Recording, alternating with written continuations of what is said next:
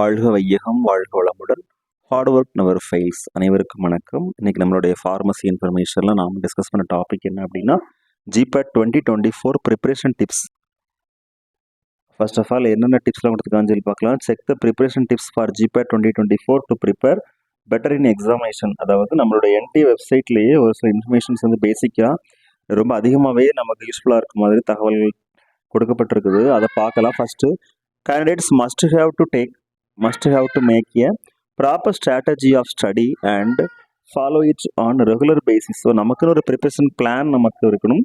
Know the complete syllabus of the GPAT 2024 exam along with the exam pattern. So நம்ம exam pattern நம்ம பார்த்துக்கணும். எவ்வளோ marks, டோட்டலாக 500 marks, 125 questions, negative marking 1 for wrong answer, அதை பார்த்துக்கணும்.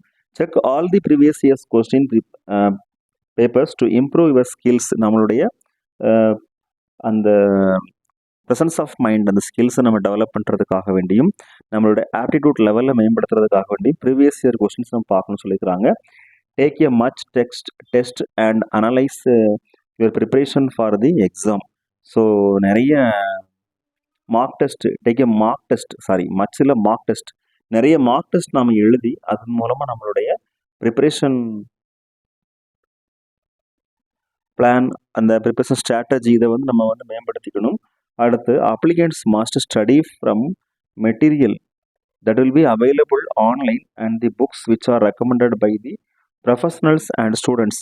So நம்மளுடைய pharmacy council of India படி ப்ரொஃபஷ்னலாக நம்மளுடைய ஃபார்மசியில் வந்து இருக்கக்கூடிய எஃபிஷியன்ட் பர்சன்ஸ் இருப்பாங்க இல்லையா, ப்ரொஃபஸர்ஸ், அவர்களுடைய அட்வைஸ் படி என்னென்ன டெக்ஸ்ட் புக்ஸில் ரெக்கமெண்ட் பண்ணியிருக்கிறாங்களோ அதை ஃபாலோ பண்ணணும்.